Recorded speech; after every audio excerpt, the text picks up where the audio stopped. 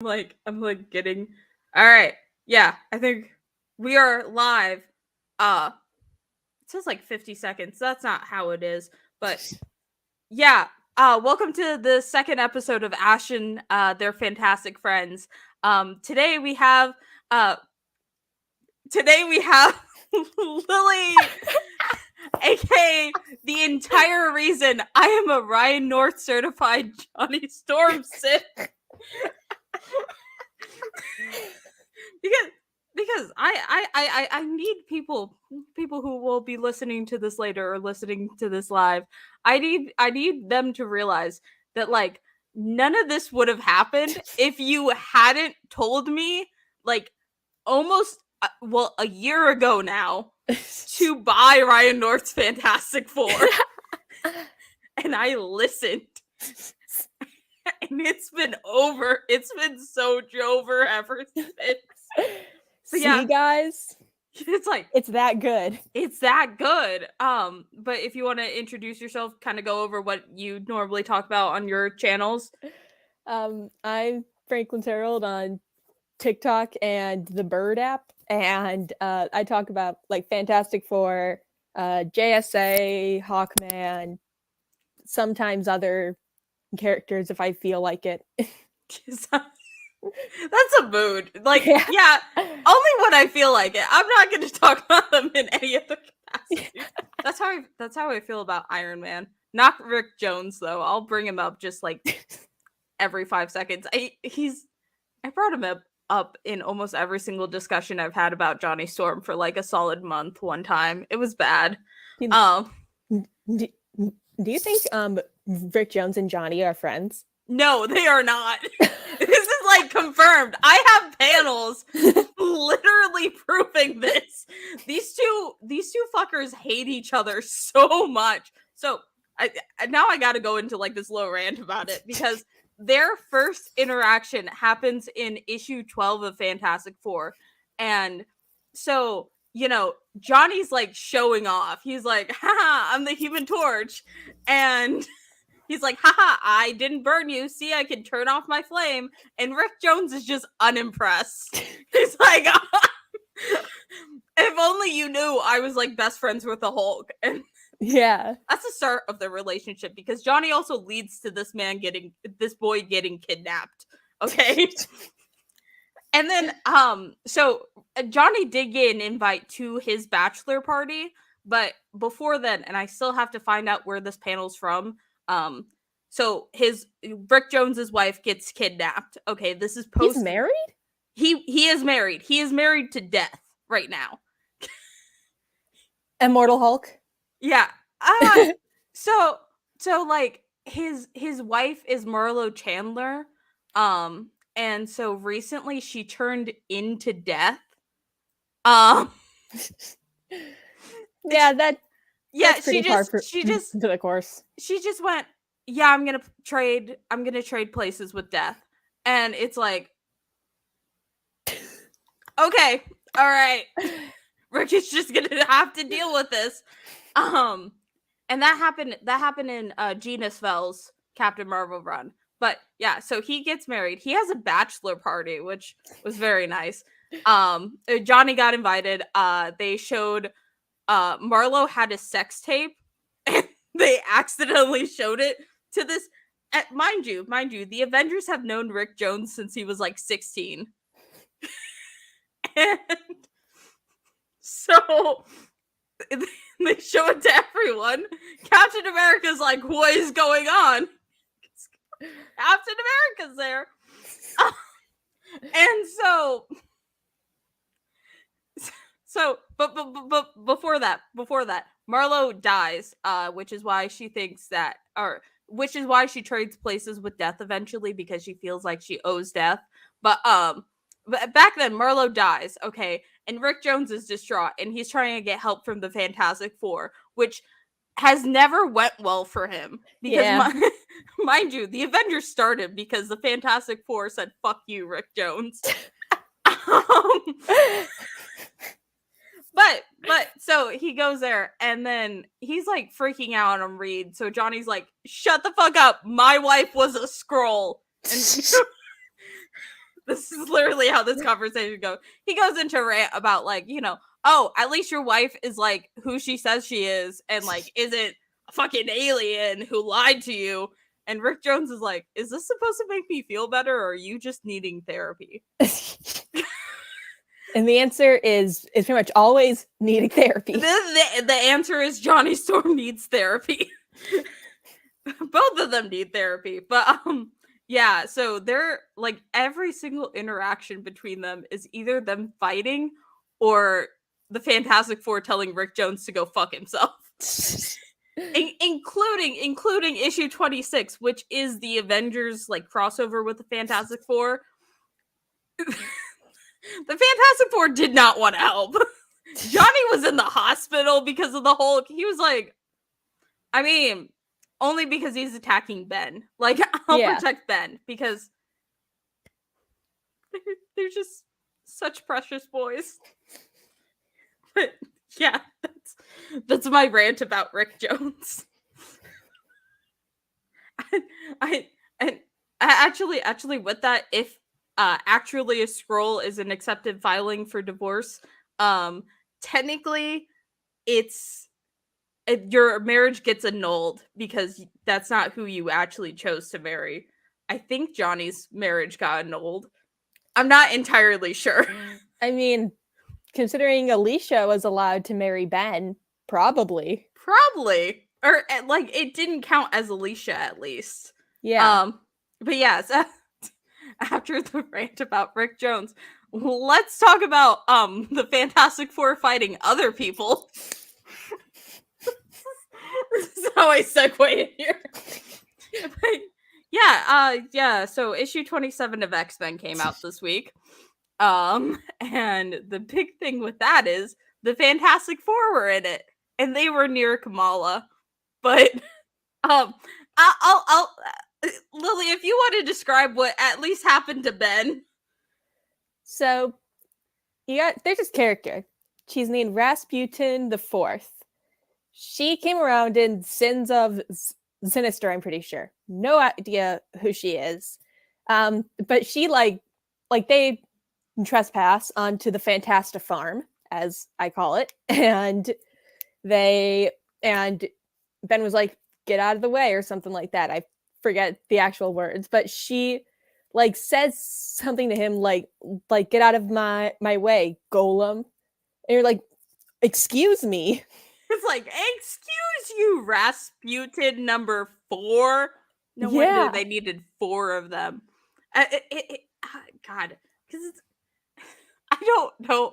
And the funny thing on there is that like the X-Men were praising this moment, or the X-Men fans, the X fans were like praising it, and it's like, what? Yeah, she just showed up here, and what Rasputin's whole thing is like they're the combination of like 5 X-Men, really? right? I don't know. That is what I've been told. They have the powers of 5 X-Men.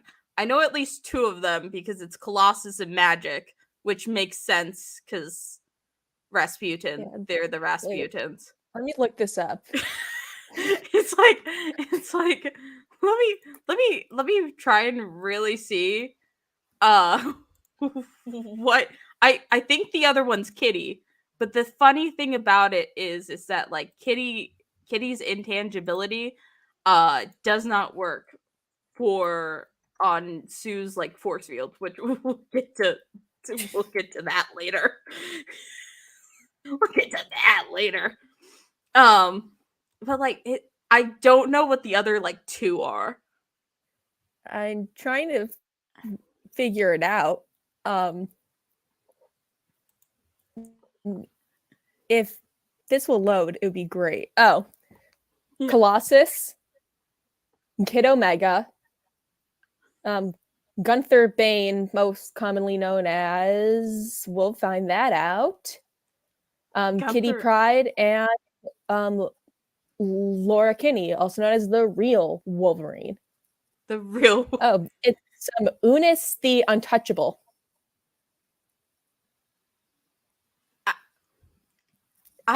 I just heard Kid Omega and I was like, no wonder she's getting on my nerves. It's like the second you mentioned Kid Omega, I was like, oh, that the total sense to me. I do not like this man. I hate the way he looks. I don't even really know what his powers are. I just hate him so much. Like the hate is like probably like above Bruno, but below Lyja, because Lyja is like peak. One time, there was a Lyja fan on one of my lives, and I paused the live for like a solid like 5 minutes and just went on a rant. She has fans? I'm gonna call them out by name because I want people to know about this, but Unstable Molecules on TikTok, they're a Lyja fan. And, oh, no way. And I was shit talking her because of course I do. I just Johnny Storm fan, of course I'm shit talking Lyja. And then he's like, "Oh, actually, I kind of like her." And I'm like,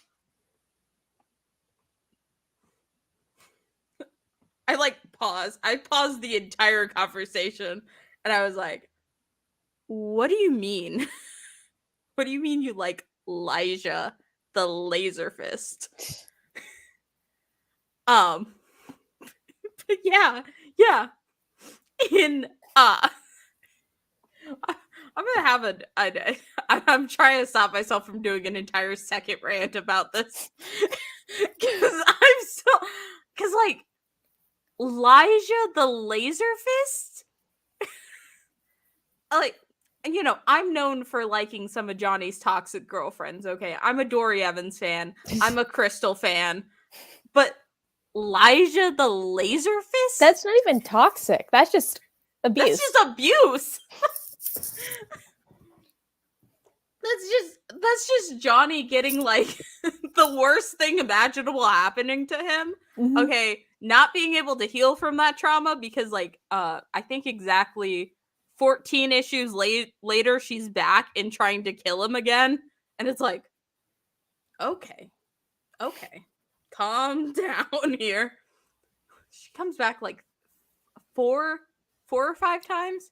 I know she came back in the Secret Invasion Fantastic Four tie-ins. Yeah. Where Johnny, Ben, and the kids are fucking around in the negative zone. Even the kids were like... Yeah. Even Val, who never knew her.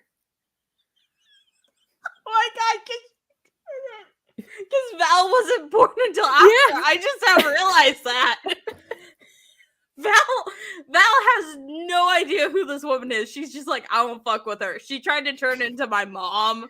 She's a class A hater. We love to see it. We love to.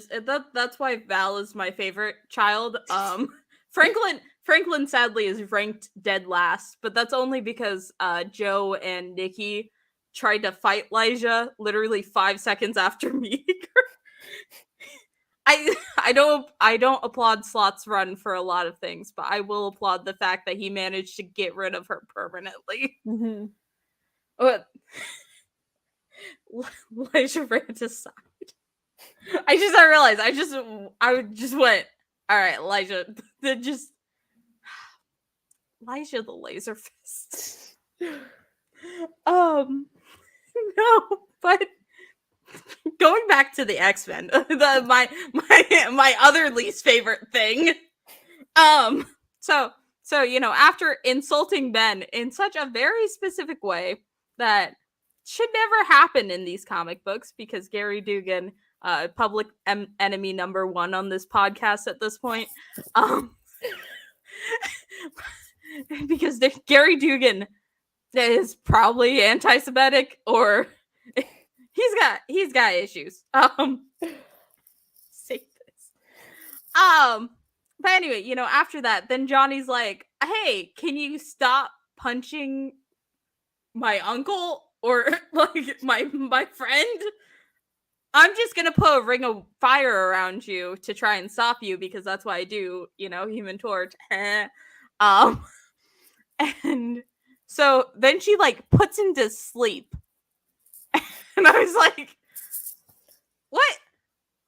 All this power, all this, you think they're gonna fight.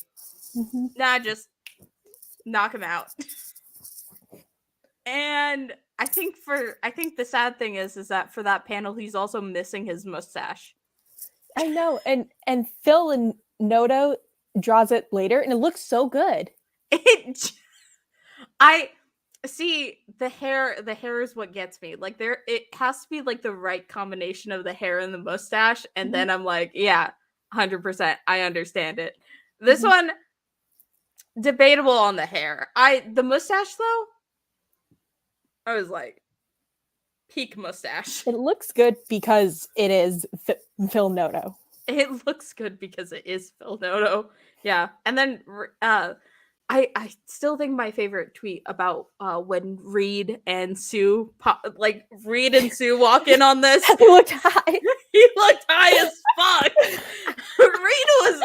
I think I said that, and I was like, I said that to someone, and I was like, Reed probably got into Johnny's like weed gummies. Reed is tripping, which then led to my favorite conversation of Reed tried all the drugs in order to give an anti-drug presentation. and so now Johnny doesn't think drugs are cool.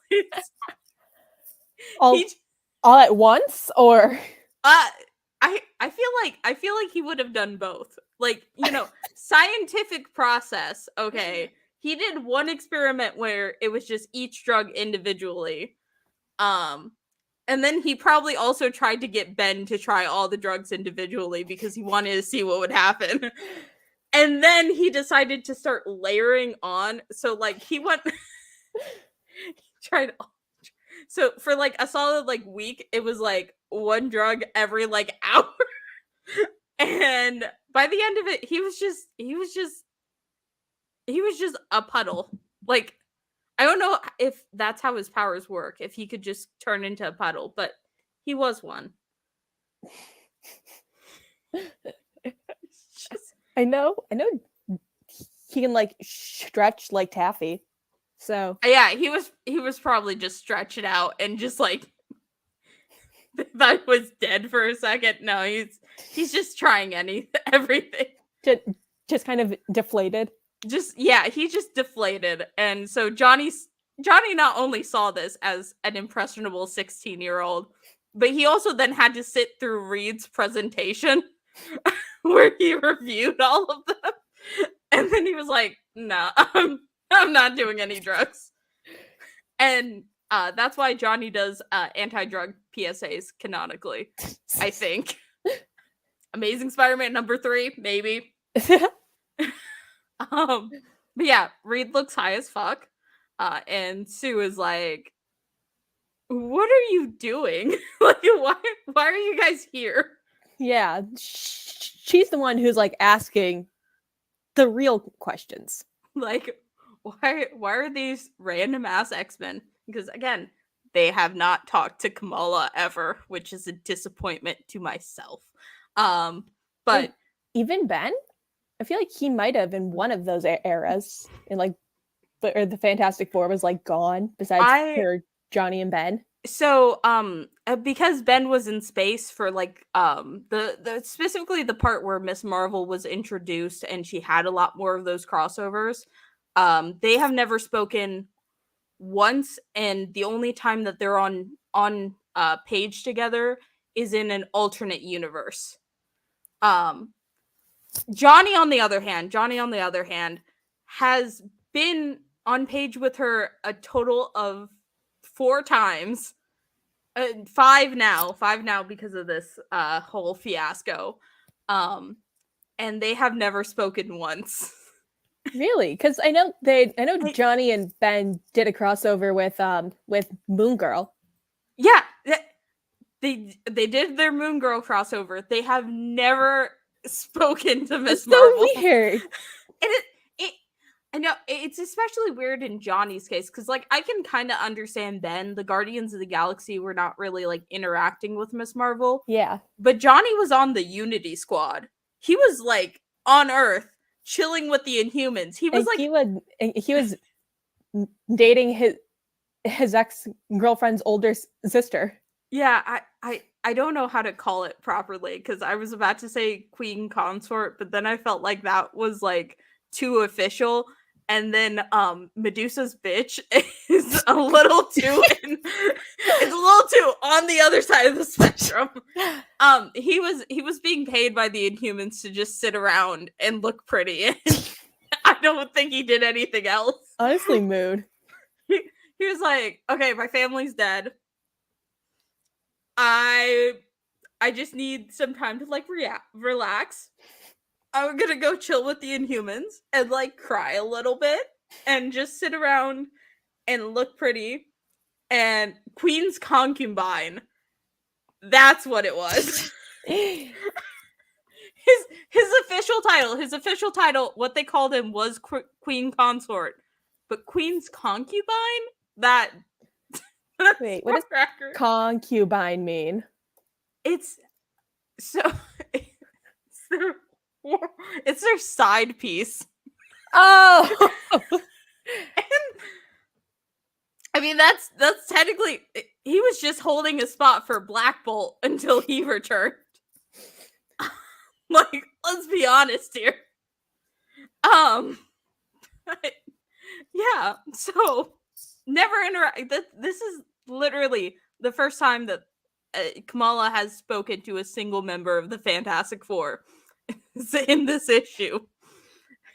And so, Sue comes up, she's like, "Can you not like attack us?" And Rasputin's like, "No." That's my summation of it. There was a lot more words, but and Kamala was like Brittany and that one Glee scene, just like stop the violence. Yes! No, because with the Marvels, with a certain movie that is happening, I remember how many times people have put Kamala as Brittany, saying "stop the violence," only for it to happen in an X-Men comic. That's the most egregious thing about all of this. It happened in an X-Men comic. But yeah, so Kamala's like, "Can we all just like be friends and eat like, hang out and like eat cake together?" And Reed's like, "You don't even go here." Wait, did this interaction happen before Princess came? Because where was she? Where was Princess? Because I would assume it happened before Princess came. Because Princess isn't here. To be honest, I think the real answer is Gary Dugan forgot that there was other members of the Fantastic Four. Yeah, because if I remember correctly, Alicia is also not Alicia there. is not there. Aunt Petunia doesn't come out and is like, "Why are you tossing around my nephew?" Or like, hey, don't ruin our farm. Thanks. Yeah, like, don't fuck up my farm. Can you do this elsewhere? Yeah. Like again, I think the real answer is Gary Dugan forgot. Forgot, quote unquote. I don't think he's ever read an X-Men or a Fantastic Four comic in his life, but he forgot. So with with Sue coming in it, oh my god, X-Men Twitter got like on her. Yeah, and it was for no reason really. It was I say it's embarrassing for them because again, most of them stan Emma Frost, and it's like out of the two of them, like Sue actually like is, I wouldn't say contributing, I would more say Sue is the less, like, she's done less wrong in her life. She's just there to have, she's just there to be the supporting member of or not the sport, to be the leader of the Fantastic Four. Let's get that straight. Let's get the one thing straight. She is the leader of the Fantastic Four. Because, like, who else are you gonna put in charge? Johnny? Ben? Ben? Reed? Reed is too distracted to ever even think that he's the leader. He's just like, the fuck am I doing? I just want to do science. Please let me leave. Also, you know, what's so weird about the issue too? Mm-hmm. The Fantastic Four have a relationship with Laura Kinney, and I don't think they spoke in the issue, despite her literally having been for Franklin and Valeria's babysitter. Oh my god, yeah, because it didn't, like, because it's not Laura, it's Laura that stayed in the vault, because in an earlier story, her, Darwin, and Sync had to go into a vault and stay there for like a bunch of years, and then they got resurrected because Xavier assumed that they all died. Surprise! Okay. Laura didn't. Laura didn't. She knows basically all of like the past self too. Oh, okay. Yeah, that's why there's white-haired Laura and not white-haired Laura. Yeah. Okay. Okay, yeah, no, that... Yeah, no, because I'm pretty sure her and Talon just... Or not her and Talon, her and Sync just stayed by the car while Kamala and Rasputin... Like, again, the X-Men put a 16-year-old in charge of these people. And I just feel bad for Kamala, because she's just like... Oh my god, it's like, she is known to be a Fantastic Four fan, and her first time talking to the entire team, okay, because assuming she talked to Johnny off panel, I don't think that happened, but assuming it did. Or Sue and Fearless, they talked. They have... Now I gotta go look through all of Fearless, because I only got through the first 2 issues, and I was like... I think it's like in like the 3rd or 4th issue, like her and Kamala talk. She literally knows Sue. I don't know if Fearless is canon. But this is, again, her first time talking to the full Fantastic Four, and Rasputin is fucking it up. Like... And I say this because Kamala fits so, like, I've talked to you about this before, but Kamala just fits so well with the Fantastic Four. It's insane. Yeah, they're like there are a lot of like the Marvel Now all new all different characters that would get along with them, but like it's very specifically Kamala, Moon Girl, and Squirrel Girl. They all fit so well. Perfect. Again, Squirrel Girl got her crossover. She's gotten multiple crossovers. She went on a date with Johnny, which did not go well. Didn't go well, but regardless, it was a date technically. Yeah. And then even though Johnny, why did you go on a date with a 19-year-old at your big age? At your big age. I did the math. I did the math once. He should be about 25. So I mean mentally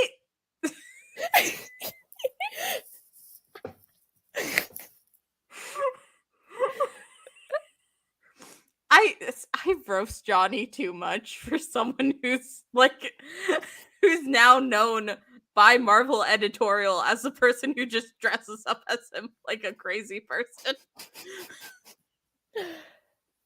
I'm so mean. But Squirrel Girl had her crossover. Lunella had her adorable crossover where she's like, why don't you just like call yourselves like the Fantastic Two or Dynamic Duo or whatever Terrific it was. Two. Terrific Two. And Kamala just hasn't had that until now, and it's being like everything else with current state Kamala, it's being ruined by the X-Men. It's just like sometimes I think my life can't get worse, and then I look over at what the X-Men are doing, and it's just like, oh, okay, I see how it is. I just know I haven't read the new Mutant and don't plan on it until I can read it on Marvel Unlimited. No, and that's why I encourage everyone to do. Put your money towards Ryan North's Fantastic Four instead. Yeah, or Hawkgirl. Or Hawkgirl. Support trans creators. Support trans women. Yes. Oh god, Hawkgirl is so good. It is. I'll see like panels of it and I'm like, damn, because I have all the books and I'm like, I haven't because I'm still like mid sorting my comics. I'm like, damn, I really gotta like get these out and read these. I gotta hurry up. But yeah. So her first interaction with the full Fantastic Four team, X-Men. X-Men fans tearing into Sue, for the simple act of being a woman who exists and who's like, can you not punch my family? I think that's literally all she said to Rasputin. I don't remember anything. That, and then like something about like causing a brain aneurysm, and Rasputin was like, oh nice, I like her. Yeah, even towards the end, Rasputin was like, hey, your wife's pretty cool, Reed. But anyway, so Reed's like, oh, so you just came here to ask me about mutant genes and how I managed to hide Franklin from the gates, even though Franklin, like, he's a year into the future. It's a whole thing. It's a whole thing. They were mentioning in the crossover 4X from like 2020, Reed hid Franklin's X genes so that way he couldn't go through the Krakoan gates. And then at the end of that, Xavier took away like the knowledge of how to do that, and then like a year afterwards, that was when Slott was like, nope, you just making it up the whole time. Which I think almost is worse. Like, that's like in turn, like if you're looking at the mutant metaphor, like that's just he's the Franklin Richards turned into the equivalent of those like white kids who, like, when asked where are you from, they list off like 20 different places that just boil down into white. Thank you, Dan. Thanks, Slott. You did. And it was also like weirdly kind of turfy in a way. Because it was like, yeah, you're not a natural born mutant, you're not welcome, or like something weird like that. Oh my god. I'm gonna call out Daystar again. They said that this was their favorite Fantastic Four. And I make fun of them every single day for it because that run over Robinson even? I don't think they've read Robinson yet, but because that is very good Fantastic Four Depression era. I got it. That's it's like if I wasn't trying to read all 704 issues in order. Oh, 705 now. I forgot I did the count when prior to 12 coming out. We'll get to it eventually. But yeah, to think, people say, yeah, I think Daystar said, and I quote, that was the only point in time where I have liked Johnny Storm. And I'm like,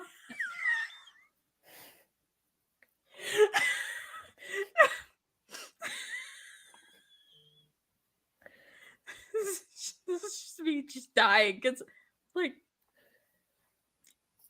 really? You got through Point of Origin and The Bride of Doom. And, oh God, Daystar's here! Oh no! Hey, Daystar.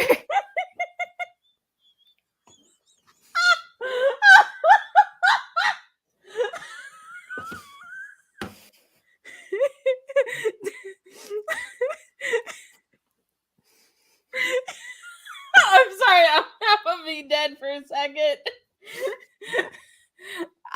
Oh, sorry. Daystar said that they liked the slot run. I say that it's Daystar's favorite because I know that Daystar has read at least three things. So North's Run, Slot's Run, and Unstable Molecules, which I didn't. I was like, man, this is really influential comic to me, you know, because I'm focusing on the Johnny parts, and then Daystar just pulls up the fact that the superhero in it, I forget, like Laser Girl or that's what it is. Yeah, something like that. Phantom Girl. Phantom Girl is supposed to be a reference to Sue Storm. And there's a scene. Johnny really likes Phantom Girl. That's Wait, have you ever noticed in the Human Torch rap video, the leader in the one part like turns invisible? So like, is he singing that to his sister? I thought that was Sue for the longest time. I had to rewatch it like 3 separate times to figure out that was not Sue. No, because what I think so with the Human Torch rap video, which I was about to perform live before I decided I'm not going to torture people with that again for like the 5th time. But with the Human Torch rap video, allegedly most of those scenes that they're cutting to is it's scenes from like previous parts of the episode that they just randomly cut in there.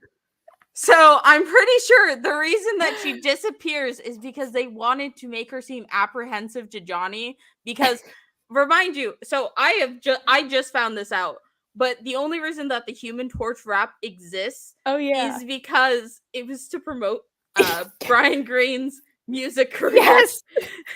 And I was like, it makes so much sense because, you know, this is a very nice gala. It seems like he's gonna do like a love ballad, okay?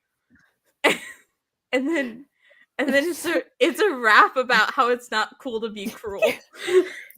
This one's for you, Melinda. I would have left. Melinda is stronger than me. I would have gotten the fuck out of there. Because also, because I'm rewatching the 1994 cartoon. I have not gotten to that episode yet, but I have seen scenes before this rap happens. Okay, he is kind of like not feeling it with Melinda. He's like, oh, like she's talking about like Paris and all this like fancy stuff, and he's like, okay, like I don't really like being famous half the time, so I can't relate. And so then the rap happens, and it's like, you know what? I mean, I guess, Jonathan. I guess that's okay.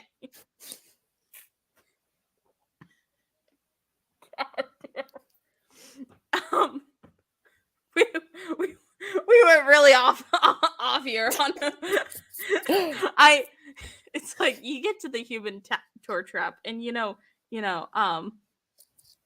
they don't teach this in school. It's not always cruel. Cool to be cool.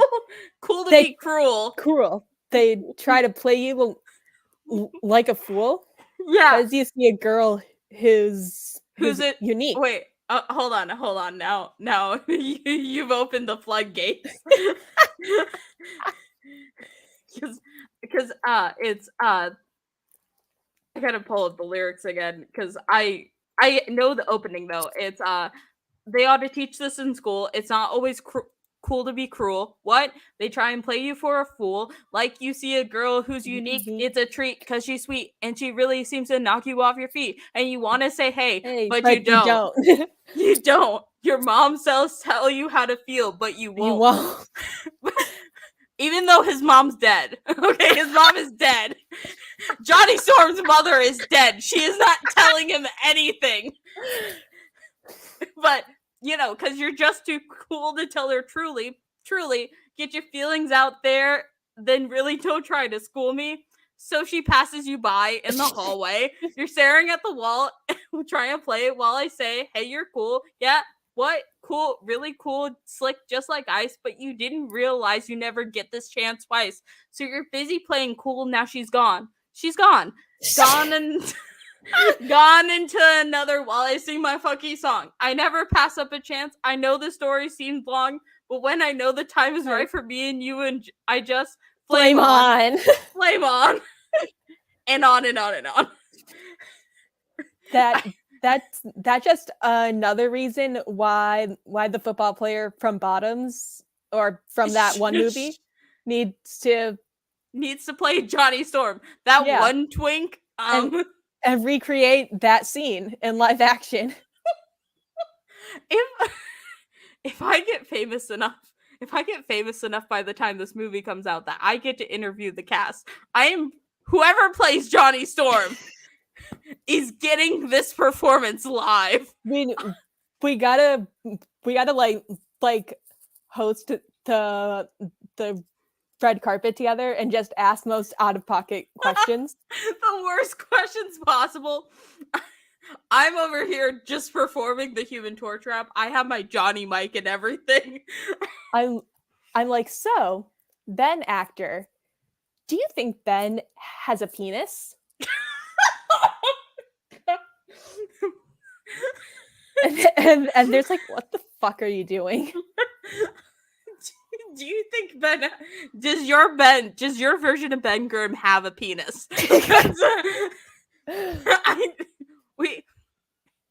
It also all depends if Alicia and Wyatt get into the movie. I'm crossing my fingers.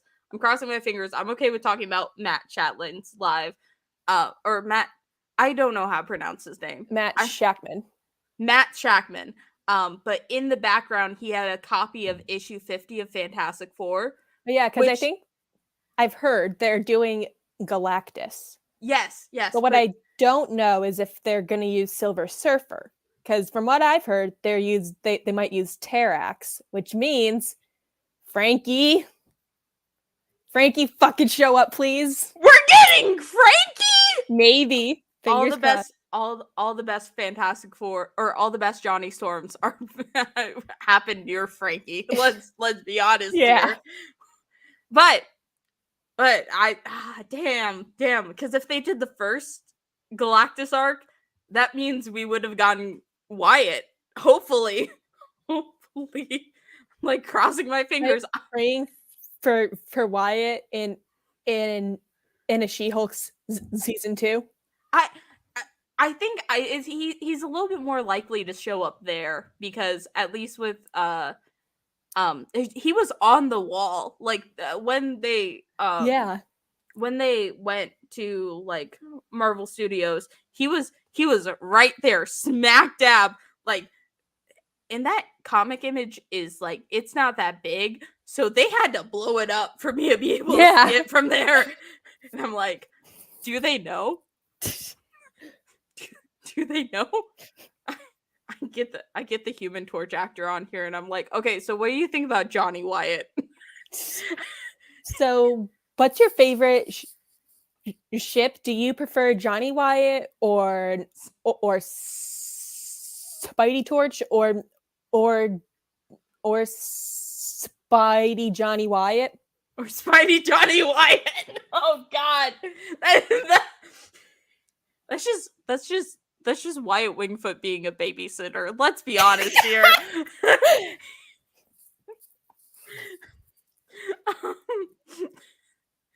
Or the superior Johnny Wyatt Jen.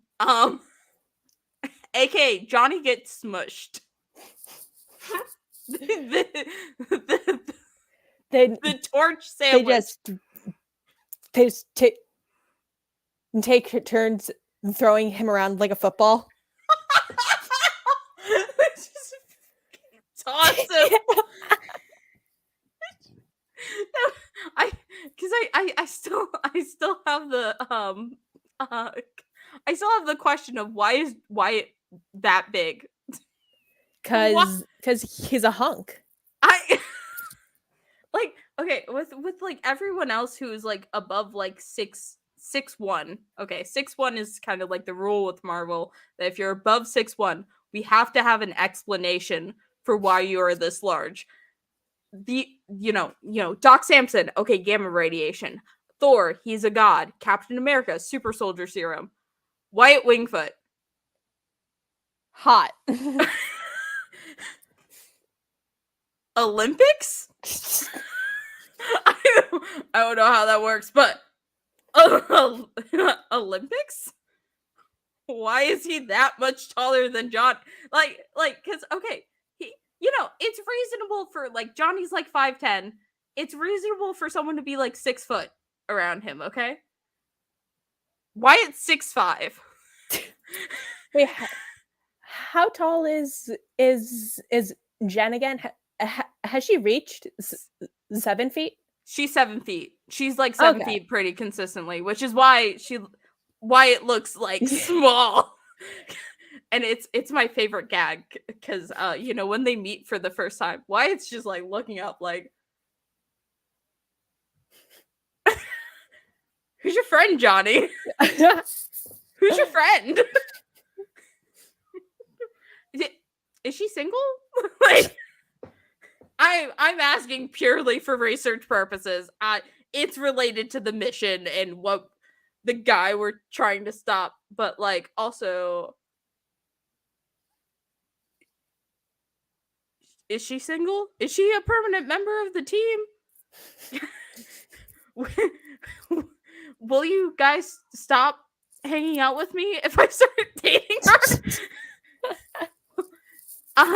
Just let me know, Johnny. God,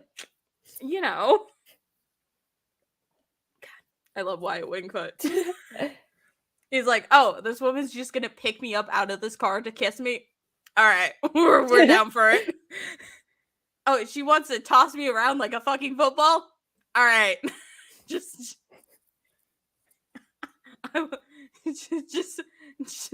carries around like a. She like carries him around like a purse at one point, or like a duffel bag. And I was just like, all right, you know what? I'm jealous. Okay, yeah, Fan Four Stick is better than the 2005 movie. I'm standing by this. At least in the 2000s movies, Sue and Ben talked to each other. Okay, that's fair. I don't think it's a perfect movie. There has never been there's been 1994. Yeah, Meet the Robinsons. But for movies actually called Fantastic Four, it is technically the 1994 movie, because even though it does have Brian or Byrne, however you pronounce his name, Brian, even though it has him like sprinkled in there with the Sue Reed age gap, like, at least it shows they took inspiration from comic books. Yeah, at least they took inspiration from comic books, and also Johnny sets himself on fire and just starts screaming. I'm sorry, like none of the other ones like really go into like the horror of the fact that you were just like burning yourself alive. And so this is the one movie where Johnny's like, at first at least, because I don't really think they don't focus on like the famous part of them, but like at first he's like, I can set myself on fire now, Reed. What do you mean we stay calm? What do you mean? I'm sorry. I rewatched like all of them last night. Or this weekend because I was staying at my friend's house and she was like, okay, you have full control of the TV. Oh no. Every single time they came downstairs, they were like, are you watching Fantastic Four again? And I was like, yeah. Yeah. With that. Oh yeah, this is actually the perfect segue. So regardless, X-Men 27. Terrible time for Kamala to meet the X-Men. Terrible time. Why are the Fantastic Four or why are the X-Men fans attacking us? At least we got the Kamala and Reed stretchy high five. At least we got that. But since we are talking about Fantastic Four adaptations, let's talk about the fact that more casting rumors. We will never be free. For context, somebody decided to make an account today. They had like 30 whatever followers and tweeted out like yeah, John Krasinski is still Reed, and people ran with it. They trusted that source with 30 whatever followers from an account that was created today. Yeah, I think that really like shows the state of Fantastic Four fan casting or Fantastic Four casting rumors. You can really just say anything and people will believe you. Honestly, I kind of want to try it. No, I think you should. I think it would be really funny. Create like a fake account. Just be like Lin-Manuel Miranda is currently in talks to play Reed Richards in the new Fantastic Four movie. No, that's actually the perfect one because that's actually like believable. No, what was it? So there was a Johnny Storm parody on a recent show because that's how I'm gonna talk about him on this thing. But I think that if you also posted that he was casted as Johnny, like people would just believe you. No one would question it. The gays would go crazy. I would go crazy. He was so Johnny coded, and he was only on screen for like just that. He was. I need everyone to go watch a certain other superhero show and then get back to me when they see the ending. Because that's what I've been doing all week. I've made people watch the first episode and then they just look back. Daystar specifically. Daystar has never seen the prequel to the show. The Boys. Yeah, they never seen that before. And I told them to watch this and then get back to me. They were like, I'm not really feeling it. And then that happened, and then they just sent me ha ha ha ha ha. And I was like, what is like Why was it so aggressive? It's literally like ha ha ha. I could feel them laughing at me. It was like, okay. Thanks for the support, bestie. But yeah, no, I feel like combined we could come up with some pretty funny Fantastic Four rumors. Yeah. I like because I wouldn't do anything that like people would like actually. I have told Ash like 3 times that I've watched. They don't believe me. The voice. Never mind then. Never mind then. Apparently I have. Apparently they have. Why do I believe? Okay. For context, I only believe that Daystar has never watched any of this because when I first when me, Bird, and Daystar put together this like Rick Jones group chat, because of course we did. Jones group chat. It really is a Rick Jones group chat. It's for 3 out of the 5 people who care about Rick Jones. Anyway, so when we put this together, that was the first time I had learned that Daystar had only started watching like comic book adaptation movies 2 years ago. They had lived in complete like no knowledge of anything that was kind of envy that. I know. No, literally when they told me this, I was like, I want to be inside your head. I want to know what that feels like. Cuz my dad started me on Ultimate Alliance 2 and which is the adaptation of Civil War, which is not a good point to start. So he was like, I was like becoming an Iron Man fan through like the cartoons and stuff, and he was like, I can't let that happen. So he made me play Ultimate Alliance 2, and I was like, I'm still an Iron Man fan. I'm sorry. Yeah, but my dad just liked the Hulk, and I thought the Fantastic Four Burger King toys looked cool when I was like 6. Oh my god! Oh, those were a thing. Yeah.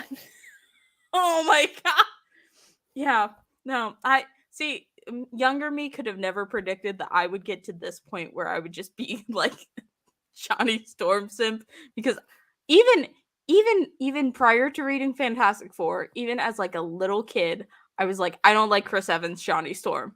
This is the consistent opinion I have held for literal decades. And people are like, why don't you like? I don't know.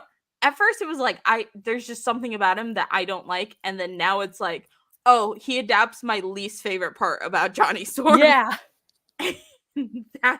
That's his entire character, which is why Michael B. Jordan is the superior Johnny Storm. He just fixes cars. It's like he was in a movie that failed him. that failed specifically him. No one else, just him. Because oh god, no, because it's like having the opening scene for Johnny being a drag race was just I rewatched it again and I was like, this is perfect. This is exactly what we need. And meanwhile, Sue didn't even go to the negative zone with like everyone else. The rest of them. Somehow she got powers. Oh god. I will say I do like how you kind of like see why they got those specific powers. Like, you know, Doom gets like splashed by the acid. I don't think you see Reed's. You don't see how Reed gets his. But you know, Ben, he gets attacked by rocks. Johnny, fire engulfs like his capsule. I think that kind of happened in 05, but correct me if I'm wrong. So because they had the same cloud of radiation hit them. Yeah, because like Ben was out there like doing something with a plant, and he got like hit with the full force of it. Yeah, while holding the plant. So what kind of happened in that one was like when they got like they showed them getting hit repeatedly, and it kind of made like their powers like phase in and out. Versus Fanforstic, where it's like, oh, Ben got rock powers because like rocks filled his capsule when they were bringing him back in. Like it was a lot more like direct, and like because I noticed because on my first watch through, I was like, oh, but like how does what's the explanation for why Sue is phasing in and out? And it's because when the capsule phases back in, she gets hit by an energy blast that looks like her energy blast. And I'm like, it's so stupid. It is stupid, but I liked it. I'm a Fanforstic defender. And Doom in that? Oh, Doom, I can't with him. I can't with him the entire time. Like everything they did, but with Doom in that was just wrong. Just like wrong answer. I do like that he had like a little bit of a friendship with Johnny, because then like it makes his betrayal more like wrong. But I think that's also just because I like Michael B. Jordan. I don't have any other explanation for this other than I like Michael B. Jordan. Like the fucking oh my god, what was it? It was like a scene. He was like waking up, and then everything just starts like flying around. Oh yeah. Wait, when he's like covered in the shit, and because he gets found. Oh yeah, yeah. And everything's just like, ooh. God, I don't know why they always decide that Doom's power is magnetism. Yeah. And like just give him a fucked up face, okay? Yeah. That's all you gotta do. Just fuck up his face. At least in 05, they did kind of pay homage to the single scar. Mm-hmm. Oh yeah, and he's like, nah, I can't fuck with this because it's an imperfection. Yeah. So at least discount Norman Osborn has that. Discount Norman Osborn. You're not wrong. You're not. This is no, but really, all we gotta hope for with the Fantastic Four, a Fantastic Four adaptation, is that they don't fuck up Sue and Johnny for like the third time. Like Sue, Johnny, and Doom. And Doom, Sue, Johnny, and Doom, because we've gotten some pretty good. Again, none of the actors for Ben have been Jewish so far, right? Yeah, none of the actors for Ben have been Jewish, nor I don't think have any of the actors for Doom been Romani. I know 100% none of the actors for Doom were Romani. That is very obvious from everything. They can barely say the word Latveria. Yeah, that was painfully obvious. But I was like a little bit questionable on Ben, but like I don't know. I like Vincent. Vincent is the first one, right? Michael Chiklis. No, Michael Chiklis. Why I think it was Vincent D'Onofrio. Oh my God. I saw a bald white man and I was like, those two are the same person. They kind of are. Yeah, no. We might not have gotten Jewish Ben Grimm, but like the Ben Grimm, like Ben was like again the heart of the team. He was very well written, in at least in not Fan Four Stick, but we got at least one good Ben. And Fan Four Stick. Fun fact: we know that Ben is supposed to be canonically Jewish in the movie because there is a menorah in the background of a shot in his childhood home where his brother is abusing him. It's clobbering time. Yeah. It's like awesome. It's like, yeah. I'm sorry. I'm just remembering that scene of him just going, "It's clobbering time." Yes. Like, what the fuck? Like, was that necessary? Yeah. Like, Johnny's just allowed to come up with flame on naturally. Okay. I think the 2005 adaptation, Ben first says it's clobbering time when he's trying to beat up Johnny. So I feel like that's like, probably the way to do it. Yeah, but like have it already be in his vernacular. Yeah, just let him just say it and like unprompted, and Johnny's like, I would make for good toys because Johnny Storm, marketing expert. As the one positive about these adaptations, Johnny Storm is the marketing expert of the Fantastic Four. He's I do like the concept of Johnny just like spitballing and just coming up with like, yeah, that's the Invisible Girl, because of course he would. Yeah, and Sue just be like, no, Johnny, Invisible Woman. Yeah, like, God, if we're having to suffer through a Fantastic Four adaptation, let the Fantastic Four be a family. The third F in Fantastic Four stands for family. There is no third F in Fantastic Four.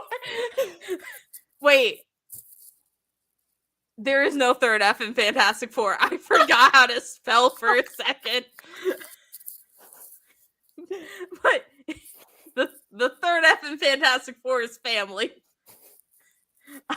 We need them interacting like a family, which I again is a pro of the 1994 movie because Johnny like is legitimately seen as a younger brother to these people. Just we're not going to talk about Sue. We're not going to talk about 14-year-old Sue trying to.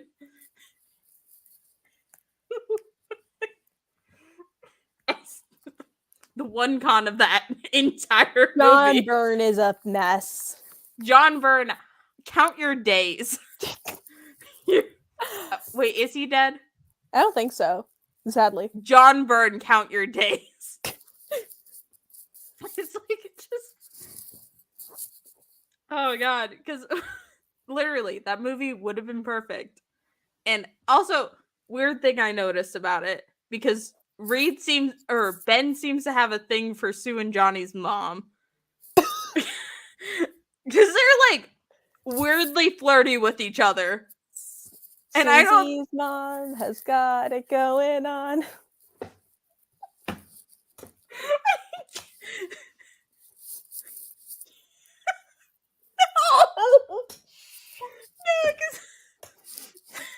It took me a while to also realize that was Ben.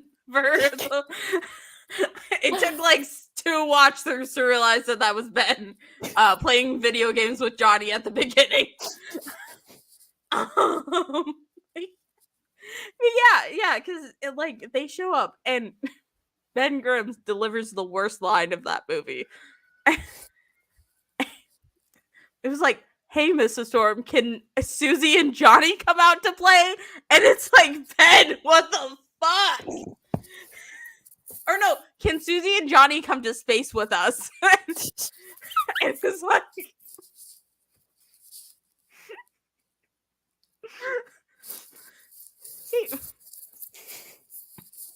I don't know what crack cocaine fueled mess that movie was on, but it was on something. It's just like, and then Mrs. Storm, Mary Storm. I forgot her name for a second because again, she should be brought up more often. She just isn't. Yeah, because sadly she's very dead. She is so dead. like Uncle Ben dead. Actually, she's more dead than Uncle Ben because at least Uncle Ben got to like he gets to live in some some alternate universes. Oh yeah, she's more like Martha Wayne dead. Martha Wayne dead. Martha Wayne dead is the perfect. Martha Wayne dead and Maria Stark dead. Because Maria Stark is also that dead. Although Maria Stark does get to appear sometimes like in flashbacks, but she's dead. And woman, we'll get like a storyline where Howard gets to come back, and it's like, why are you doing this to us? And then like nothing about Maria. Like this is also why Jerry Dugan count your days. But because like okay. Hey, here's Howard telling you about all this stuff. You know, he was an okay dad. He wasn't a horribly abusive father. And it's like, what Iron Man books have you been reading, sir? Have you read an Iron Man story? Even one. Even one.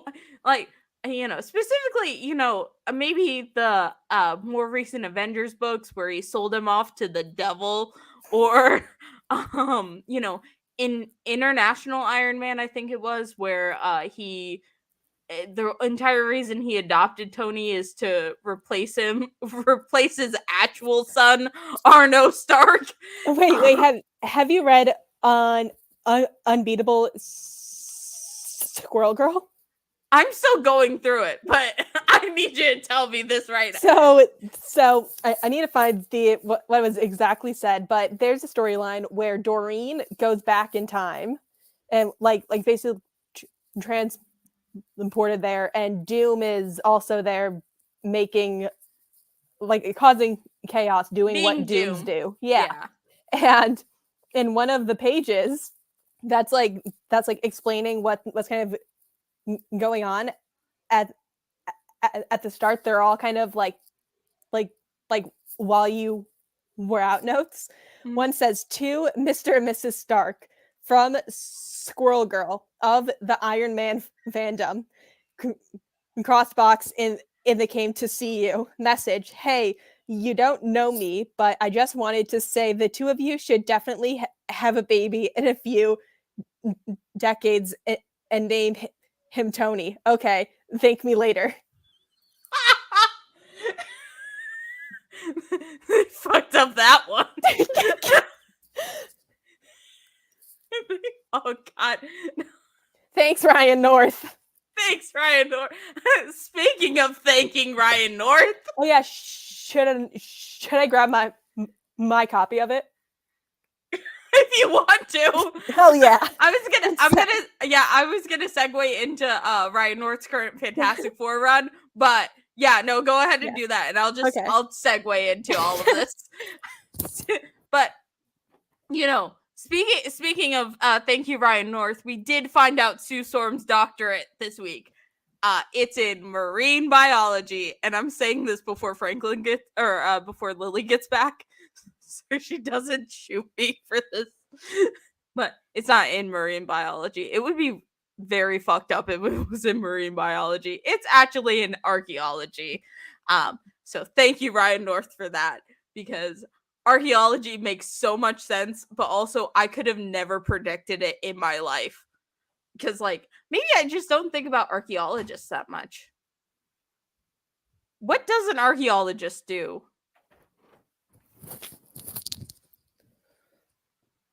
Archaeology.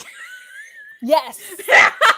I just started ranting about archaeology. Now I can bring up Hawkman. Now we can bring up the Hawks.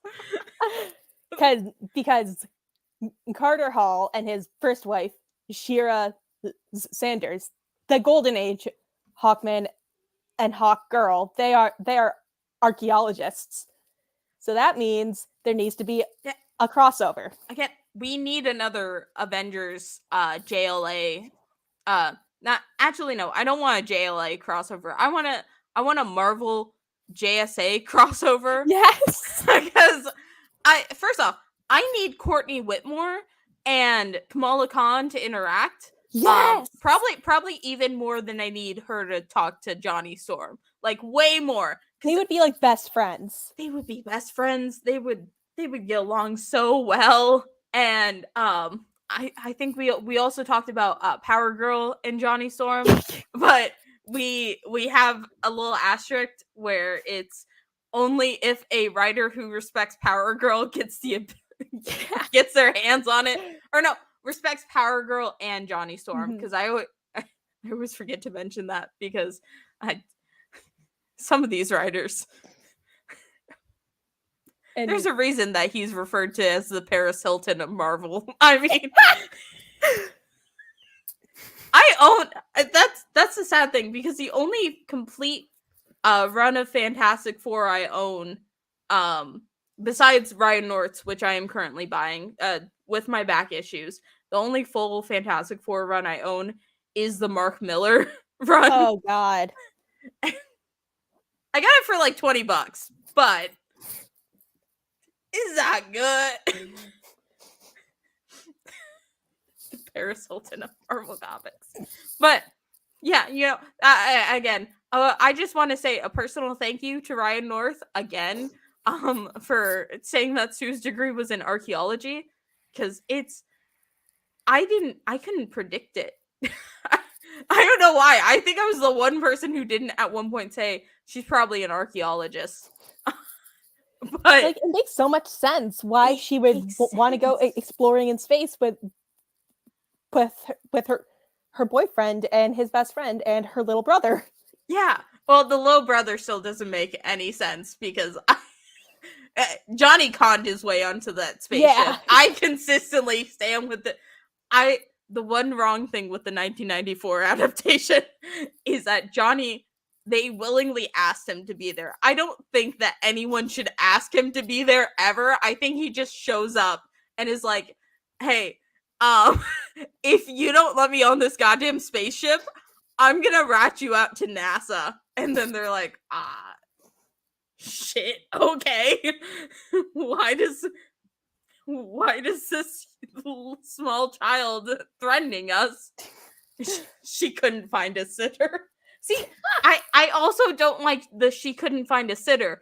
I like the fact that Johnny, little fucking tiny ass Johnny Storm, I like him working with the team, closely, because he's like, oh, cool, rocket ship. I want to see the engine of a rocket ship. He's talking about all this stuff. And then, they're like, Sue's like, okay, I'm going to leave you here. I'm going to go off to space. I'll be right back. And Johnny's like, if you don't take me right now, I'm going to rat you guys out and you will be arrested. I don't care that you're the only immediate family I have left. I will get you arrested. And Sue's like, okay. You know what? Fine. You can go. I think Daystar brought this up to me once, but they have said before that Ryan North seems like an only child because of how he writes Sue and Johnny to not be like as fighty. And as an only child? He's not an only. Well, he has a brother, and I feel like having like two brothers is different than having a brother and a sister. Yeah. Because I don't know. I have a very different perspective because I have a much older brother. I brought this up on some of my stories and stuff, but like I consider like my younger cousin like my Johnny because I had to help raise him and he is a menace to me. And so like just the way that Ryan North writes them interacting, and this is probably the one bad thing I'll say about Ryan North ever. But the way that he writes them interacting, it feels very like a little bit too friendly, and I'm like, no, these two need to be fighting. They need to be at each other's throats at every single possibility. Because I'll say something like basic, like, hey, did you hear about this random like news update about your favorite thing? And my cousin will write back and be like, fuck you. And I'm just like, okay. All right. I mean, I guess. Wait, do we think Amir would get along with the Fantastic Four? Okay. There's like a little asterisk with this because Johnny, absolutely not. Johnny, okay, I don't like considering Johnny a flirt, but I feel like he would flirt for fun, like to be funny. And he would flirt with Taisha like 5 seconds into meeting her, and Amir's just like, fuck you. I don't care that it's haram to throw hands with someone. I'm gonna fight you. I thought you were gonna say that Johnny would hit on Amir. He would do that too. He would turn around, do the exact same thing. And Amir's just like, I'm gonna fight you. I'm gonna fight you. Amir would he would get along with Sue. They would understand each other on a more personal level because they both like, Amir is kind of like trying to help guide Kamala. Actually, now that I realize it, Amir and Kamala and Sue and Johnny are just the same thing in different fonts. Because you got the young upstart hero from New Jersey because they're all from New Jersey for some reason. You got young upstart hero who names himself after a previously established hero that they are a fan of. And then you got their older sibling who's trying to help guide them through life while also dealing with the fact that they have superpowers. Why did it take me so long to come to this conclusion? I think that's the sad thing about my life. Right, and I've said before, Kamala and Johnny are very alike. I've said that every 5 seconds. There's a reason why it was so easy for me to transition over to Miss Marvel historian to Ryan North certified Johnny Storm simp. Well, and there's also a Miss Marvel who has been part of the Fantastic Four. There is Sharon, or I was Sharon Ventura. Sharon Ventura. I call her Sharon for like, or Shannon for like a 2 months straight, and that's why I had to like pause and like remember, because my brain naturally wants to say Shannon, but I have to go. No, that's not right. It's Sharon. It's Sharon Ventura. Which when will we see her again? Who knows? Who knows? I wouldn't mind seeing her again. She was a part of what I like to call the messy era of Fantastic Four. Because she joined the Guardians. Oh, she is in the Guardians. Or like, is she? I think she did. Maybe okay. Because sometimes I'll see her on the cover and I'll think that's Ben. So last time we saw her, she. Because I recently was she just human again. I don't. She might not be human again. I do know that she was arrested. There was a prison scene with Ben in like a recent comic, and I say recent relative to like it's not from like the 1980s. But I just googled Sharon Ventura to check, and the first image that popped up was Iman Vellani. What? Yeah. That's not Sharon. That's not Sharon. I love Iman. She's bringing recognition to the lesser known Miss Marvel. Which fun fact. She technically has an action figure, and I own it. Oh, and, really? Yeah, it was from it was like Marvel Action. It was from 1997. I'm pretty sure it's Marvel. The branding on it's Marvel superheroes, but they specifically had a line that was She Force because A Force didn't exist back then. And so I know Storm was in the line, and then they did Miss Marvel Carol Danvers, and I was like, okay, because I was like, of course I have to own it. And then when I was like researching on eBay, they also had a Miss Marvel Sharon Ventura, and I was like, this is the only action figure of her to ever be made. And it's just, yes, she did. It was Slot's Run. It was Slot's Run that she showed up in. Yeah, that was her last appearance recently, because she 100% Fantastic Four book. I don't know if she's appeared elsewhere. Yeah, but we're Fantastic Four fans first here. Human beings second. I know I've talked about my OC on some of my lives before, but I have written in, because obviously I'm writing Johnny Storm fan fiction, but I have written it in there that she is a human being, or no, a Sue Storm fan first, human being second. Because I'm like, I don't think she would be a fan of Johnny. I just don't. I think that if Johnny really existed, she would fucking hate him. So, however, Sue Storm, on the other hand, America's sweetheart. Oh yeah. Bring up the fact that Sue Storm is probably more famous than her brother. Wait, have you been reading She-Hulk? Rainbow Rowells? Yes. Yeah. Sharon should join the Punch Club. She would. I'm surprised that she hasn't joined the Punch Club yet. Yeah, because she has history with Jen. Yeah, well, literally her her second appearance is fighting Jen. Yeah. So she's a perfect candidate for the Punch Club. another thing, I think that more comic books should make like the real versions of like in-universe clothing, because I want a Punch Club jacket. Me too. I also want, there is a specific jacket that Johnny Storm wears in issue 372 of Fantastic Four. Or it's like it's got like the 4 logo on both the Oh sleeves, and yeah. it's like this nice racer jacket, and he gets arrested and almost killed in it.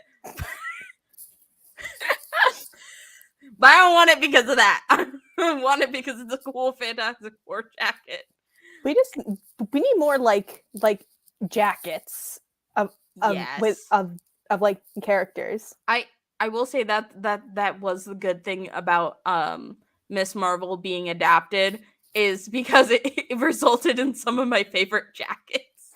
Because they made technically, so it's technically a comic. It's a jacket from the comics that they then tried to like incorporate with the show, but its real origin is in the comics. It's the first one that Adrian Alfona. It's like the first one that he draws her in. Oh yeah. And they made that, and now I have Kamala's jacket. It's like we need more of that. Where's I actually think it's specifically the ultimate Fantastic Four uniform jacket would be really cool to own. yes. Hate the rod, but the jacket's cool. I hate that. I hate the Ultimates Fantastic Four, but those suits, I am absolutely in love with them. Yeah. They're just so fucking cool. And that is, well, specifically the fact that they're kind of like biker jackets. I think regardless that Johnny should always be a jacket. I don't think that he would wear a onesie like the rest of them. Like, I feel like putting him in a biker jacket that he can, then dramatically have half open, he would love that. That would be his favorite He'd try thing. it, and Sue would be like, no.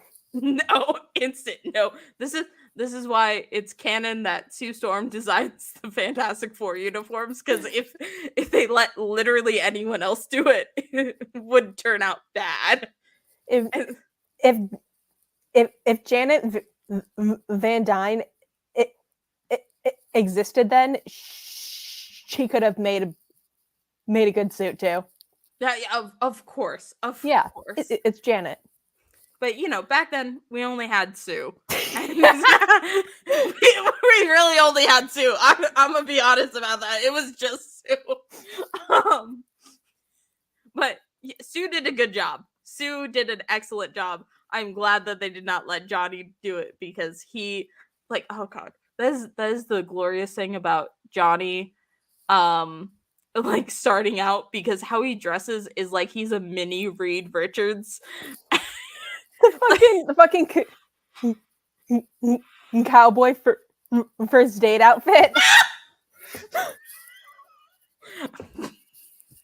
No, so this is more rants about my personal life, but so I'm in a Marvel D&D group, and I specifically chose to play Johnny Storm because duh, and because I didn't know how to play D&D, and I was like, this is the easiest option for me.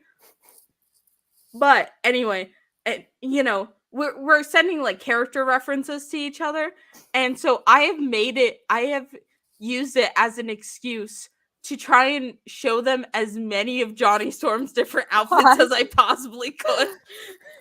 It's like the cowboy date fit, the disco 70s suit from when he had that one interaction with Dazzler, the Hickman one in the Arctic.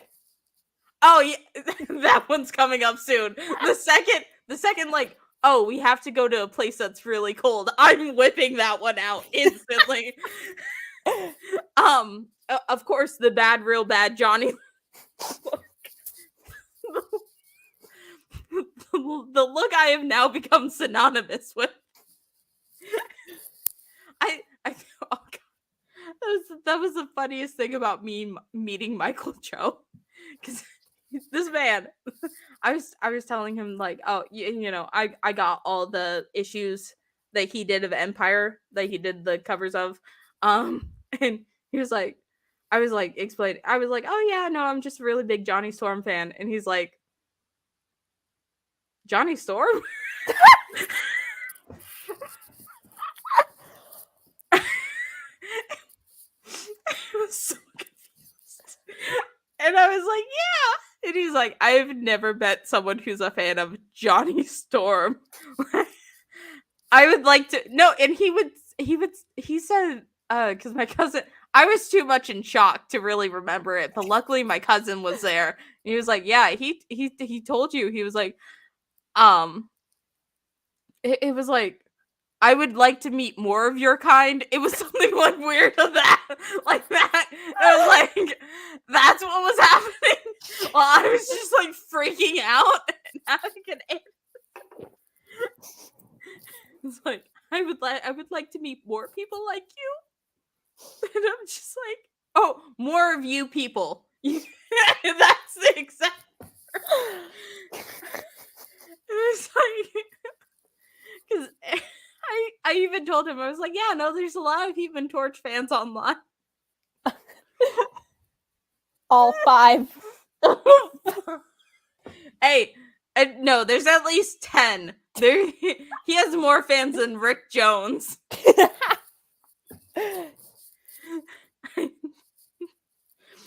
Also, underrated. I brought this up at the beginning, but I feel like Rick Jones should be in Ryan North's Fantastic Four, mostly because I feel like that's like a perfect place for him to do a cameo in, but also because I feel like Ryan North would let Johnny and Rick have beef, and because, you know, Ryan North is like me, he remembers the specific canon that these two do not like each other at all. You have like two 13-year-old or two 16-year-olds, and you put them in the same like room together, and instantly they're just like, I don't fuck with you, and just lock the door. Just the door. See who comes out alive, because I'm gonna tell you right now, it's not Johnny.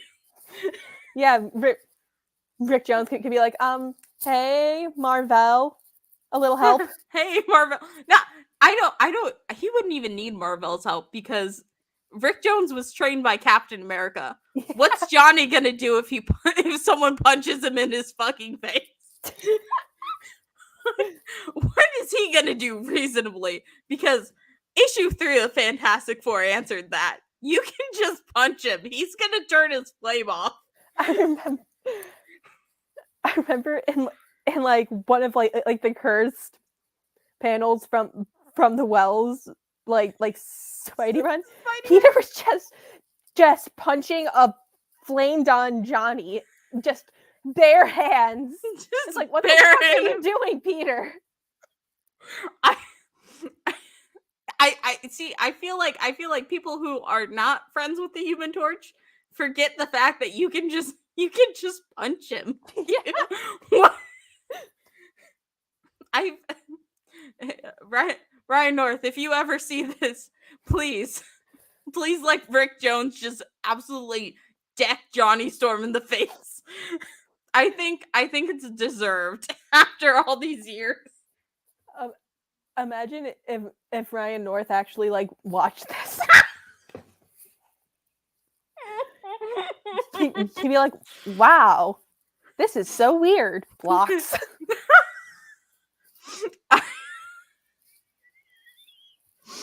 Because I've been testing the water so badly with that, because, you know, he follows me, and so of course, okay. So first off, I tweet out a lot of Johnny Wyatt. He has liked at least the ones I have directly added him in. I know that probably doesn't mean anything, but I'm like, I remember he retweeted my fucking Fantastic Four Brooklyn Nine-Nine shit post. And I was like, really? I was like, really? Of all things, I think no, the most unhinged thing to this day, not the Johnny Storm rap. That's pretty par for the course with me. Okay. Flame-o. Oh no! I forgot about that. Okay, there's 2 unhinged things I have said to this man. The first one being when he was not mutualed with me was if I could touch the flame clone. I had asked that so much that I think he was just purposefully ignoring me after a certain point until someone else jumped on and was like, "Can we touch the flame clone?" And he's like, "Why?" No. What are your intentions with my son? Is the exact words he used. And I was like, I'm sorry. I just want to give him a hug. I don't want to give him a hug.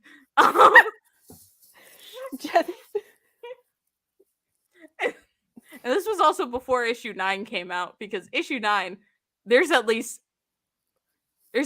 what was it? Johnny and the Fantastic Four is what he called it. Except it was Alicia, Sue, Johnny, and Flame-o. Oh no, I'm talking about when Johnny forgets about Alicia and Sue. Oh yeah. Yeah, because he calls it something, and then there's 5 Flame-os, and so I gotta get someone to edit that meme.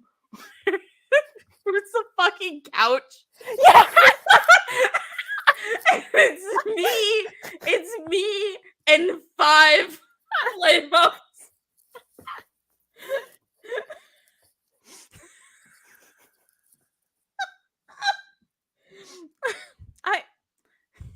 There's just something so beautiful about a man on fire.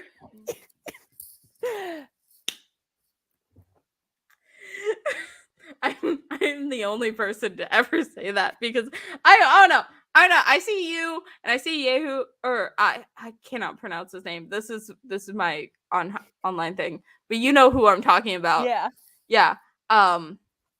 Daystar, I see everyone talk about how Ben Grimm is hot. Because he is. He is hot. But what about Johnny? What about Johnny's powers that makes them attractive? Wait, have you tried DMing Ryan North? No, he DM'd me. What? So, because he made a post about how he's on Blue Sky again, and I was still waiting for my verification code so I could join. Me too. I still am. I'll get you one. You one because I have one now. So it was like a post where he was just mentioning that he had a Blue Sky, and I made one, and I was like, me, like, it was like me waiting for my Blue Sky DM code so I can ask Ryan North more questions, and then all of a sudden, just randomly in my DMs, he just sends me one. And I'm like, oh my gosh. I'm like, what the fuck? I'm like, thank you, Ryan North, sir. Like, I didn't even like ask. I wasn't like, oh, can I please get one? He just sent it to me. And I was like, so, yeah, that has been the one time I have DM'd Ryan North, because I was like, thank you. This is random, but thank you. Like, I will make you proud. Hey, Ryan North, want to come on the podcast? I know. I was like, I'm like, I gotta establish this more as like a thing before I ask this man to come on here, or at least like have more of a format together. Because I don't think if I randomly start talking about how I forgot, White Wingfoot comes back next month. Oh yeah. So She-Hulk is starting again. Whoop whoop whoop. She-Hulk is starting again. Thank God, because I was so pissed when I thought that the series was like canned. No, I was mad too, because I'm not gonna lie, because this is the first She-Hulk comic I'm actively I didn't start out keeping up with it. I was kind of hesitant at first because I don't like Rainbow's book Eleanor and Park. Yeah. And Fangirl, but I gave it a chance randomly on Marvel Unlimited and ended up loving the series. So just when I heard it was canceled, of course I was pissed because I think it's one of 3 woman-led books at Marvel right now. Let me check. Because And I also know it was not nominated for multiple Eisners too. And Marvel was like, nope. Yeah, no, but it's one of 3 woman-led ongoings because it's Captain Marvel, who is coming back within a month or 2. Yeah, she's getting an ongoing soon, I think. Yeah, she's getting another ongoing. They're giving her like a 5-month break, and then with a mini, and then they're giving her another ongoing. So it's her, Scarlet Witch, and She-Hulk were the only ones. I'm trying to. I mean, are we counting Avengers Inc? That's a mini. It's a mini? I thought it was an ongoing. Like alongside the current Avengers. It might be. I got it.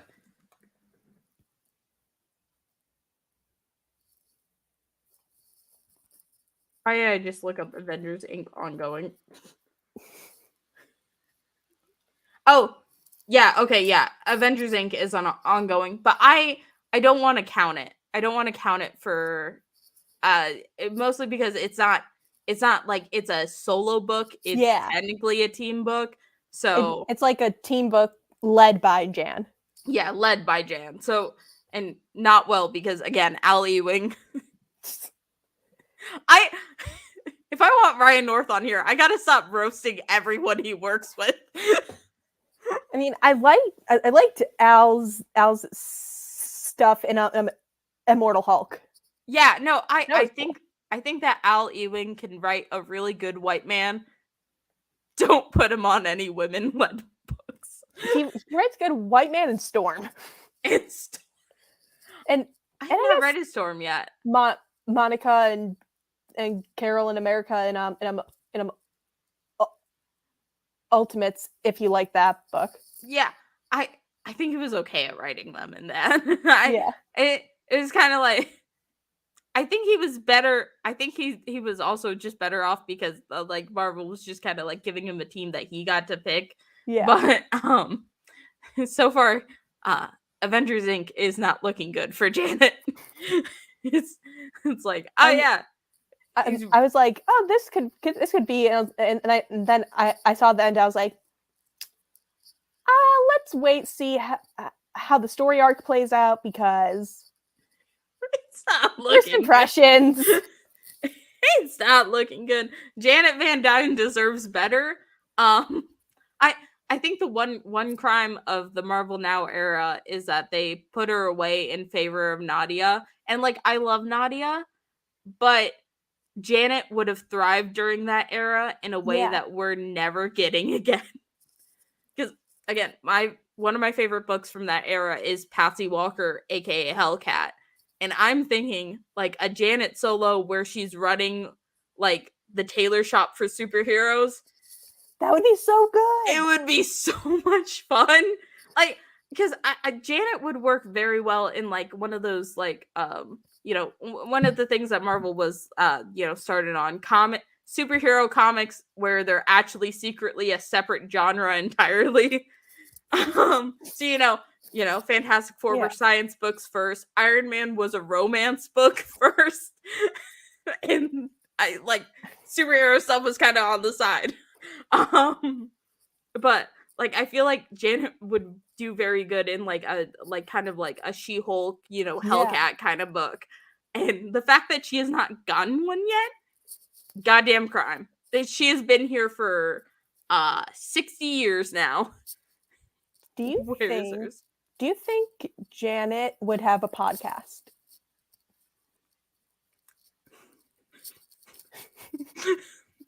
I think Johnny would have a podcast. Janet is too well established as not only a hero, but like an actual businesswoman to have a podcast. Johnny though. Okay, Jen would. Jen. and it's just gossip. It's just gossip. Or Patsy.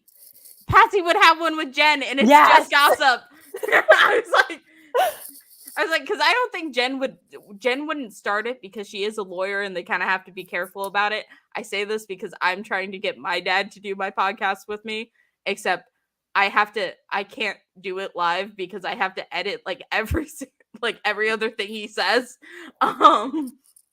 But so, Jen would have to be very like careful with that. But Patsy wouldn't. Yeah. And Patsy would fucking love it. No, I think I did have a joke once where I did mention Johnny Storm's podcast where he has Jen on there and the entire for like 3 hours straight they're just complimenting Wyatt. They are just exclusively talking about how hot Wyatt. It was like, so Jennifer Walters, famous lawyer. Do you think you can bounce a quarter off of Wyatt Wingfoot's ass? And it's just that for hours. Not a single thing about being a superhero. Not a single thing about the fact when she was on the Fantastic Four. Not a single thing about her lawyer career. Just questions about how hot Wyatt Wingfoot is. Actually, that's also a sneak preview to my episode, my birthday episode is what I'm gonna call it, because it does come out like right before my birthday. But the Wyatt episode, it's like here's 10 reasons why Wyatt Wingfoot should keep the long hair. Beat it back so badly. I read Ceremony recently, and just okay. I need someone. Okay, the art style is beautiful, and we got so close to having the perfect Wyatt with long hair, but they kind of messed it up a little bit and gave him like he has like bangs, and I'm like, that's not what they're actually called. No, but like, because Mullet? I almost because it's not really like a mullet. It's like a little triangle piece of hair where it's like kind of bangs. A widow's peak? Yeah, it's like it's like if he had bangs, but like only right here. And I was like, I'm trying to figure out if this is like, did they actually do research on this? And like, this is like an actual thing that happens with, or this is an actual piece of a ceremonial outfit with Native American tribes. Have not found it. Maybe I'm not looking hard enough, but anyway, Wyatt Wingfoot should have long hair. It's a crime he doesn't on the cover already. That cover is something. I'm glad that they got a Native American artist to do it. Yeah. That's the first thing I can say about it. The second thing, why doesn't Wyatt have long hair again? I need it so badly in my life. Third thing, why do they look very sharp? Like they do look very sharp. It's like I don't want to criticize it too hard because I'm like, at least we're getting Wyatt. But on the other hand, I'm like, man, I was really hyped for this one. I was really hyped for Wyatt to be on a cover again because I think the last time officially he has appeared on a cover was during Empire, because Michael Cho, bless his heart, put him on the covers. Oh yeah, he put him on every single. That is also why I really wanted to meet Michael Cho, because he is the only person to remember Wyatt Wingfoot exists, and it's like, okay, he's on the cover of Empire #6. He did a Black Panther variant with the Fantastic Four. Oh yeah, Wyatt's on it, and it's like because Wyatt was there when they first met Wyatt him. was there. Wyatt, 5 seconds after meeting her, I'm sorry, it was at least a semester after knowing Johnny Storm, was like, oh, you want me to go to like a foreign place with you? I mean, I guess. I got nothing. See, I'm also half tempted to say that they did just technically kidnap. They did just take him, because I don't know why he's asleep. I feel like there's some context, like 60s context I'm missing. Probably. But he was just like the entire Fantastic Four burges in, like, busts into your room. And you're just like, I'm staying asleep. I'm not acknowledging anything that's going on right now. And then, so, you know, they're like riding to Wakanda. Wyatt's still asleep in the back. And even Ben's like, is he like dead? And when Johnny's like, no, don't worry. He's quick on his feet. Apparently one of the rumors for a third 2000s Fantastic Four movie that obviously never happened was that they were gonna introduce T'Challa. We could have had Wyatt. and apparently Franklin was gonna be there. We could have had Wyatt and Franklin. I could have been Turbo. I could have been Turbo. God. We have Matt Shackman, if you're watching this, please, if you adapt Galactus, if you adapt Galactus in any capacity, because even if you do later Frankie Ray's Galactus, please just have Wyatt there. Along. Just let Wyatt be there. Or to whoever is making She-Hulk's season 2, hopefully. Or to whoever is in the process of greenlighting She-Hulk season 2. Please. Also put Rick Jones in there. I don't know why they just didn't. The only good MCU show. The only good MCU. You know what would have made it 10 times better? Rick Jones. Rick Jones. I stand by that too, because he's the perfect person to just, like, you need someone to randomly sue a superhero. Rick Jones has like at least like 20 child endangerment cases. Like, he wants to sue Bruce. No, not just Bruce. Okay, like Bruce has like maybe like Bruce was pretty good to him. Bruce maybe has like 3. Okay, Steve Rogers on the other hand. Steve Rogers. But probably, I get Steve Rogers. Like, okay, fine. Tony Stark gave him a home. I'm gonna put a little asterisk with that, because I was about to say that Steve let him live in Avengers Mansion. No, it was Tony Stark. Tony Stark did that. But also there have been several panels where because Rick is like, "Hey, I'll be your Bucky. I'll be the new Bucky. You know, I want to be a hero." And Steve is like yelling at him and like ripping away the mask from him. And I think at one point he hits him, and it's like, okay, Bruce has 3, Steve has like 17. Or no, not 17. Steve has 15. Steve probably has the most against him. Or Bruce sues Rick Jones for getting it in the pathway of the explosion. For getting in the path of the explosion. Honestly, Steve Rogers sues Rick Jones for emotional damage after he dressed up as Bucky.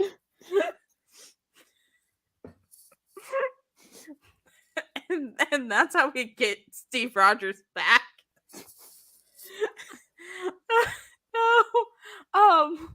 And then also, of course, Marvel like fucking lured a child into. Okay, here's how Marvel and Rick Jones became bonded. So Steve is like, you can't join the Avengers because I'm still sad about Bucky, even though Tony said it was okay.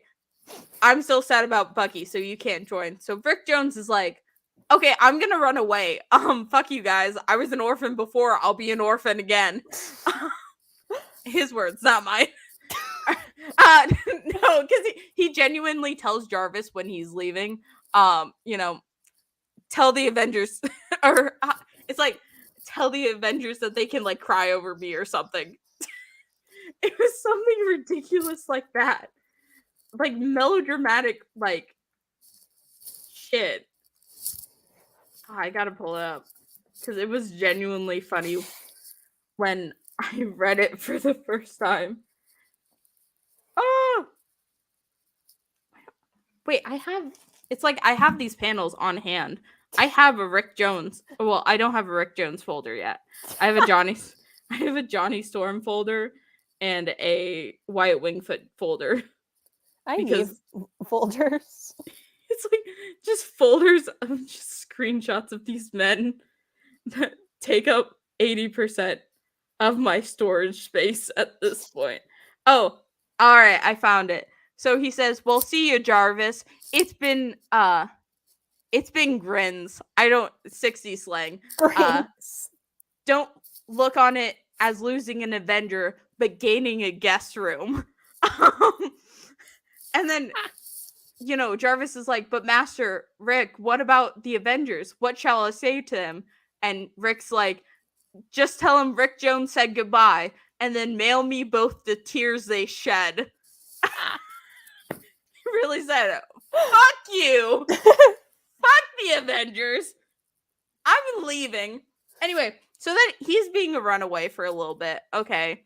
And then Marvel uses like the ghost of Captain America to lure him into a fucking cave into picking up the Negabands and then putting them on and then becoming bonded with him permanently. And it's like, what the fuck, Marvel? Not what the fuck, Marvel, because that's a different story. What the fuck, Marvel? Why are you luring children into caves?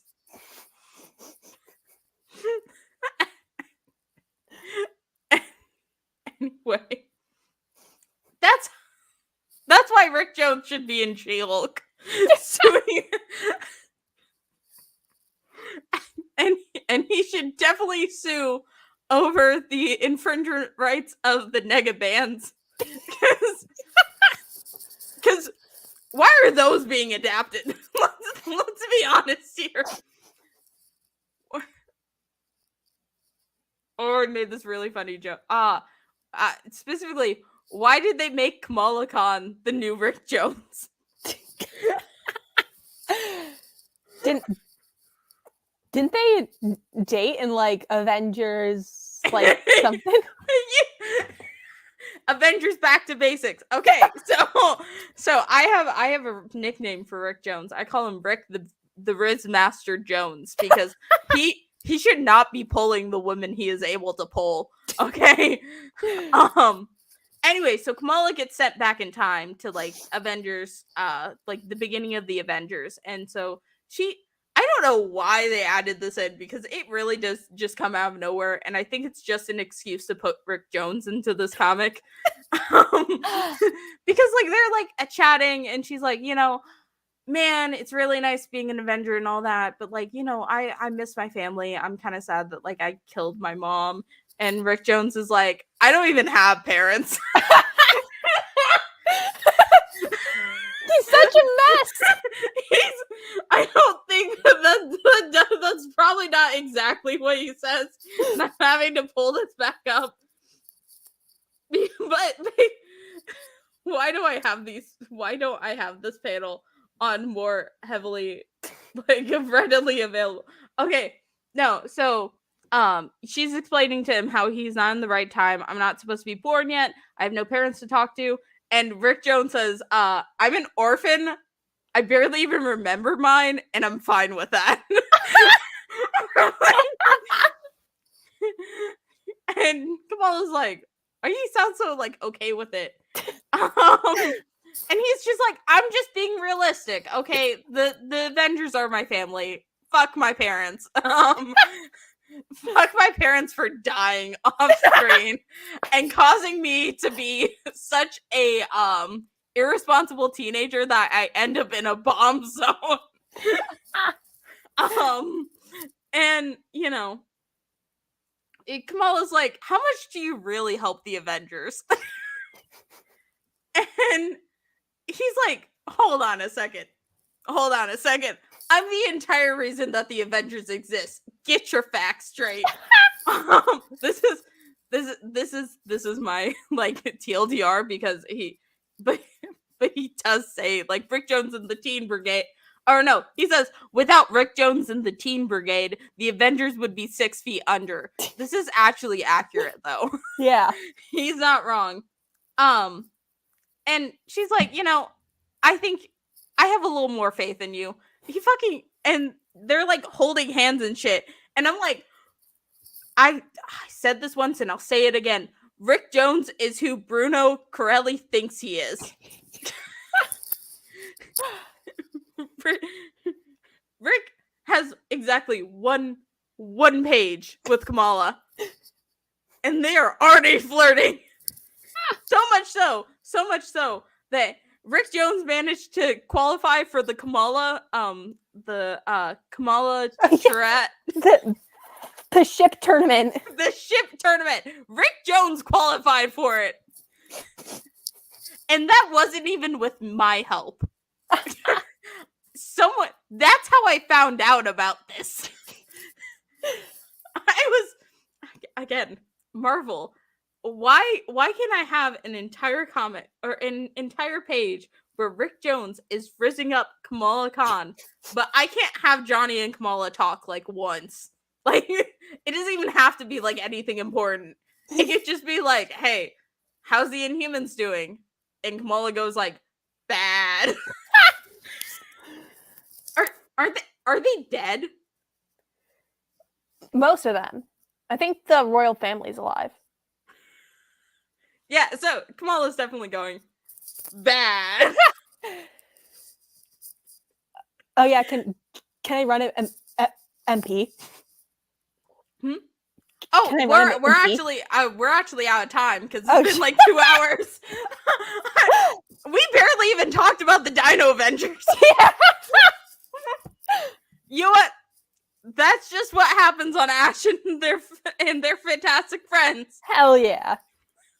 We'll go on to 3 separate rants about Rick Jones and not even talk. But again, Franklin or Lily, thank you for coming on. Thank you for having me. I have 2 of your socials plugged in, but if you want to go over where people can find you, yeah, you can find me on TikTok and Bird app. TikTok and the X-Men app. No, we are not calling it. We're not calling it that. Yeah, no, and then of course, you know me, Ryan North certified Johnny Stormson. But yeah, next week's episode, we're gonna talk about the Omegaverse for like 2 hours straight, and I wish I was joking about this. This is actually what's going to happen. I forgot. I don't know what comics come out next week. So we're going to talk about the Omegaverse and fan fiction for 2 hours straight. And people are just going to have to accept that. Anyway, and we're off. We're off. I don't know how to end this properly. We're off.